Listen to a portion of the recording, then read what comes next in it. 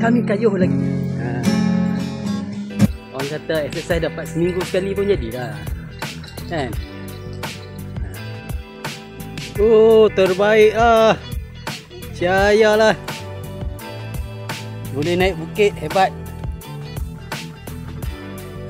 Wah, hari ni wife aku hebat juga. Dia boleh naik bukit kayuh.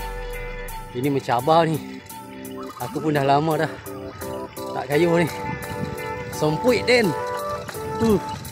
Tapi puas hati lah. Kan? Aduh. Jom kita sambung lagi kayuh. Tak tahu sampai mana. Dah tak larat kayuh MTB. Mari tolak basikal. Orang gemuk makan daging. Yang kurus sabar dan tawakal. Semalam Sabtu kami berjoging. Hari ni Ahad kami kayuh basikal.